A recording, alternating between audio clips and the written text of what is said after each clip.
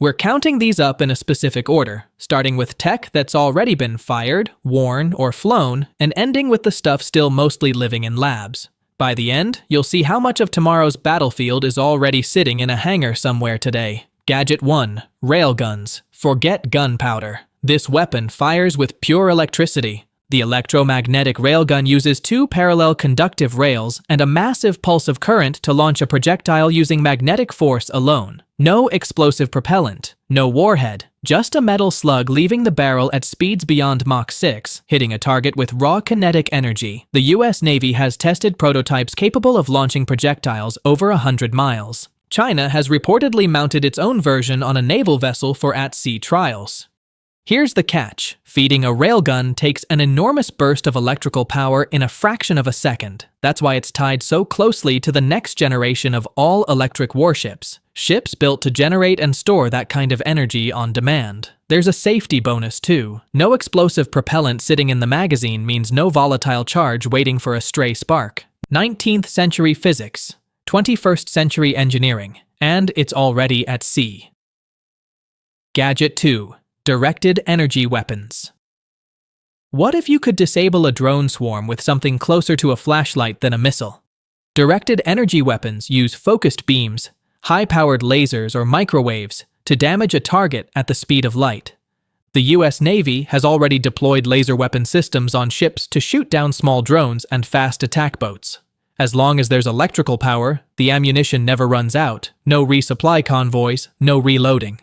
There's also a microwave version, built to fry the electronics inside an entire drone swarm at once instead of picking targets off one by one. That matters more every year as cheap drones flood modern conflicts. The limits are real.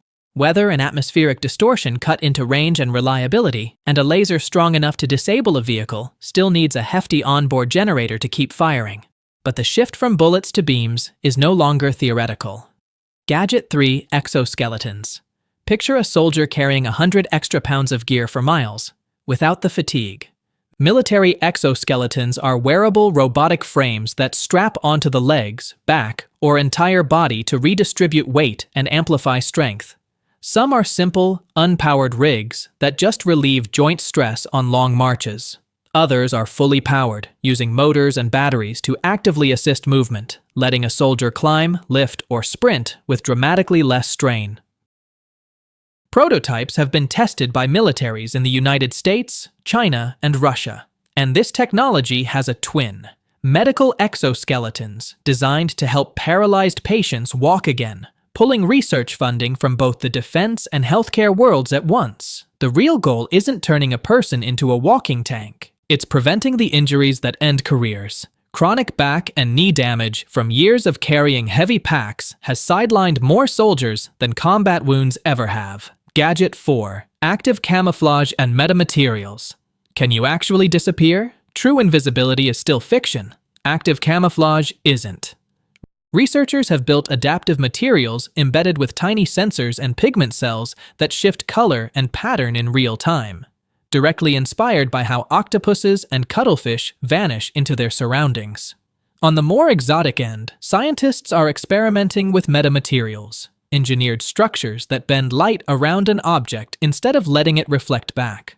A full invisibility cloak isn't deployed anywhere, but adaptive uniforms that shift shade with the terrain and vehicle coverings that slash infrared and radar signatures are already moving out of the lab and into field trials. Some prototypes respond to temperature and light automatically. A soldier moving from dense forest into open desert doesn't change gear, the material handles it. Gadget 5. Hypersonic weapons. Now for speed that breaks intuition. Hypersonic weapons travel at more than 5 times the speed of sound. Some go considerably faster, and unlike a traditional ballistic missile, which follows a fixed, predictable arc, these maneuver unpredictably mid-flight. That combination, extreme speed plus in-flight maneuverability, is exactly what makes them so hard to intercept with existing missile defenses, which are built to track a predictable path, not a moving target that keeps changing its mind. Russia has claimed operational use of a hypersonic system in combat. China has tested glide vehicles launched from orbital platforms. The United States has multiple hypersonic programs running across the Army, Navy, and Air Force, each with different launch platforms and mission profiles.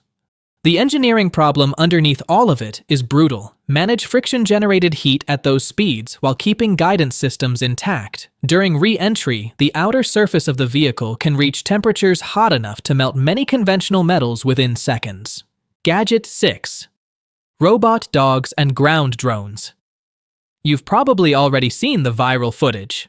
Four-legged robots trotting across rough terrain like something out of a robot uprising movie.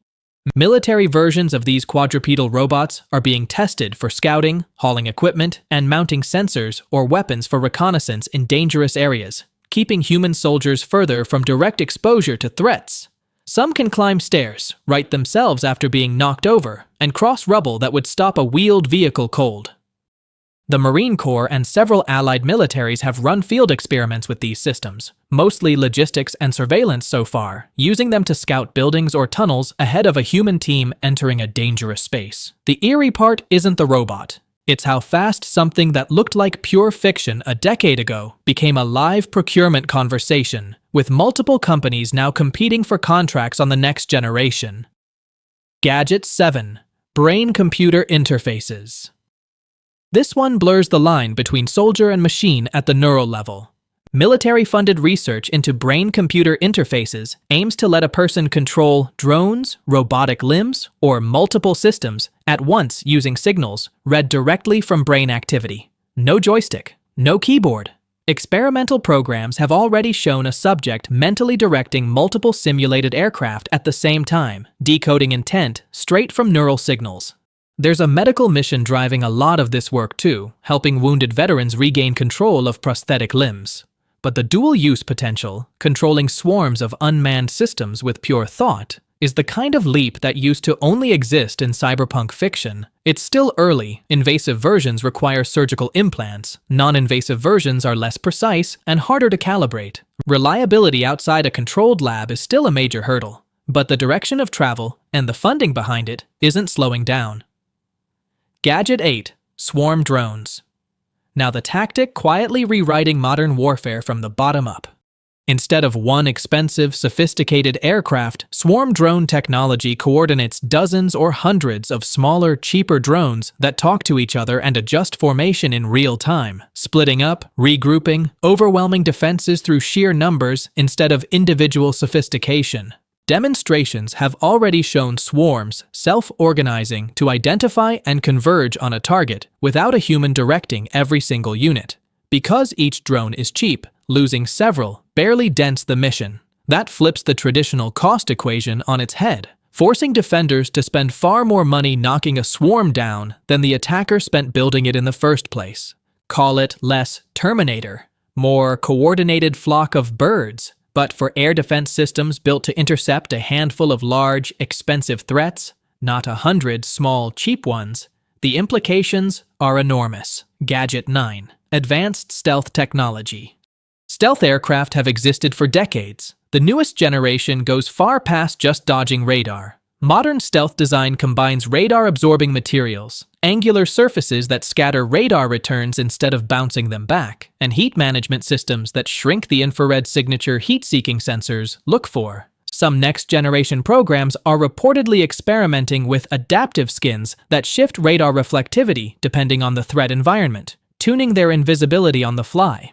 There's also a growing push into acoustic stealth, cutting the sound signature of aircraft and submarines to dodge a completely different kind of detection, since sound and vibration can give away a position just as fast as a radar blip. The goal across all of it is the same. Don't just survive being shot at, avoid being seen, heard, or sensed at all. That's a far cheaper way to survive a modern battlefield than out-armoring every possible threat. Gadget 10. Self-healing materials. Our last entry sounds the most like magic, and it might be the most quietly revolutionary. Researchers are developing self-healing materials for military vehicles and equipment. Polymers and composites embedded with microcapsules that rupture on impact, releasing a chemical agent that fills cracks and hardens on its own. No repair crew required.